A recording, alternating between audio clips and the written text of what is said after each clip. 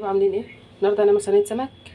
لا هنقليه ولا هنشويه، هعملها بطريقه حلوه في قلب الفرن، بطريقه جميله وهيبقى محمر ومستوي معانا وطعمه حلو. عندي السمك الحجم اللي انت بتبقى عايزاه، وعندي مفتحات كده من عند البطن ومن ورا برضك بالشكل ده كده، عامله له فتحات عشان التسويه وعشان التتبيله اللي انا هعملها تبقى مطعمه السمك.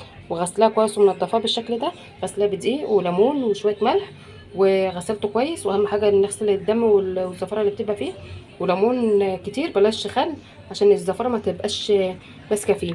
وعندي توم بقى، فصوص توم، وعندي قرن فلفل اخضر وقرن فلفل من الحامي، وعندي شطه، هرسه شطه احنا كنا عاملينها مع بعض على القناه، هاخد منها برضك بس افرم دومه الاول ونرجع مع بعض. عندي دلوقتي بعد ما ضربت التومه مع الفلفل الاخضر وقرن فلفل حامي، عندي بقى هرسه الشطه اللي احنا كنا عاملينها مع بعض.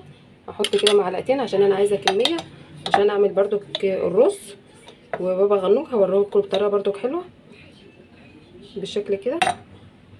معلقتين كده حلوين. وهنحط بقى التوابل، معلقه كبيره من الملح، ثانيه واحده. هنحط الملح بقى على قد الكميه طبعا اللي انت بتبقى عاملاه الملح. وطبعا السمك معروف اللي هو بيحب الكمون الكتير، كمون معلقه كبيره كده حلوه من الكمون. وكزبره، عندك بهارات سمك حطي برضه، ما عندكيش يكفي اللي هو التوابل بس، اهم حاجه الكمون والكزبره. كمون، شويه برضه الكزبره كمان، واحط شويه فلفل اسمر شويه صغيره كده تديها طعم برضه حلو. هنقلب كل المكونات دي. وعندي ليمون اعصره الاول، 3 ليمونات 4 ليمونات برضه على حسب العدد اللي عندك. نعصر كل كميه الليمون وارجع لكم. عندي كده التتبيله، عصرت الليمون اهوت. عندي بقى معلقتين خل كده، احط معلقتين خل عليها بالشكل ده. انا عامله كميه كتيره عشان انا قلت لكم انا هعمل بقى بقيه وصفات تانية. هقلبها.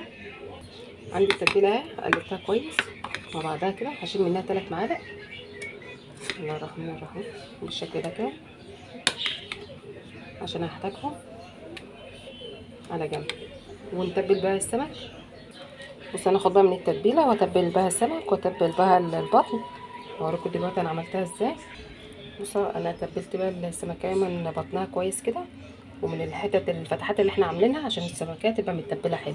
هكمل بقى بقيه التتبيله ونرجع مع بعض. واسيبهم بقى ايه نص ساعه اقل حاجه عشان التتبيله تاكل من السمك وتاخد من طعم السمك، يعني ياخد من طعم التتبيله. ونرجع مع بعض ونشوف هنعمل ايه تاني. عندي بقى طماطميه كده او طماطمتين، وقرن فلفل حراق وقرن فلفل اخضر وبصل وتتبيله من اللي احنا عاملينها. هنقلبها كويس مع بعض وندعكها كويس مع بعضها. لو عندك جزر وشيريه حطيه معاها بيدي طعم برده حلو وتسكيره حلوه للسمك. هنقلب بقى كل المكونات ونجيب الصينيه ونحطها. هنحطها، هحط فيها السمك الرز هنا بقى لو عايزه تحشيه جوه تحشيه براحتك. عندي بقى تحشيه كده السمك كده، احط عليها شويه زيت. حكم اي تي في فيديو في ايطاليا كما ذكرنا من قبل احمد الغندور ويعاونه محمود وفا. كان مصطفى واللي تولى القياده الفنيه للفريق بعد حسام حسن. كده بدخلها بقى في فرن سخن، هتقعد حوالي ساعة الا ربع. الفرن يكون سخن الأول ومشغلاه، وتقعد يجي ساعة الا ربع ونخليها مطلعة اهي. طلعتها باللون الحلو ده. انا اديت لها في الاخر مسحة زيت بشوية بابريكا تدينا اللون الجميل ده معانا. لو انتوا حابين تعملوها بصوص ما تنشفوهاش قوي في الفرن، بس احنا بنحبها تكون ناشفة عشان كده عاملاها بالشكل ده. جربوها بقى وقولوا لي ايه رايكم فيها. زيت حلوين ببصلة السمك، هقلبها لغايه ما تاخد اللون البني بني غامق، ونرجع نكمل مع بعض بقيه الوصفه.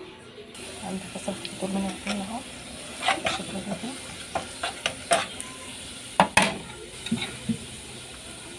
عندنا علامه من الفلفل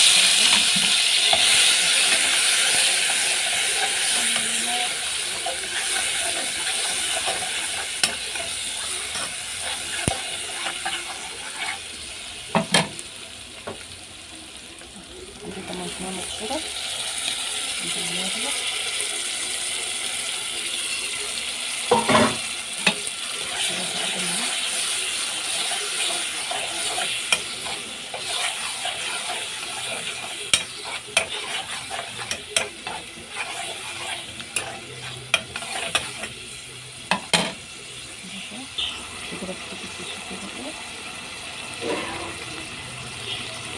كوبايتين ونص رز هحط عليهم كوبايتين ونص من الميه.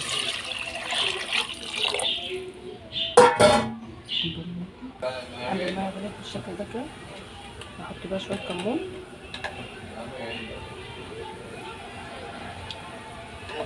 وظبط الملح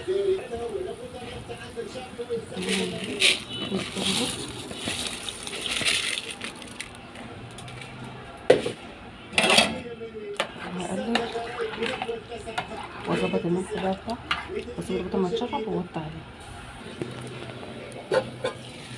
عندي الرز بقى اتشرب اهوت، هوطي بقى عليه واسيبه لغايه ما يستوي واديله تقليبه ونرجع نشوفه تاني مع بعض. احط عليه بقى وطي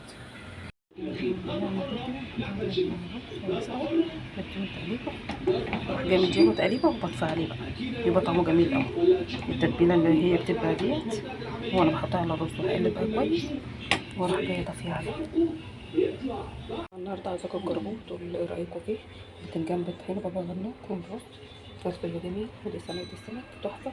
عايزاكم تجربوها وتقولوا لي عليها التتبيله بتاعتها والسلطه والرز سلطه. عايزاكم بقى تجربوها وتقولوا لي ايه رايكم فيه.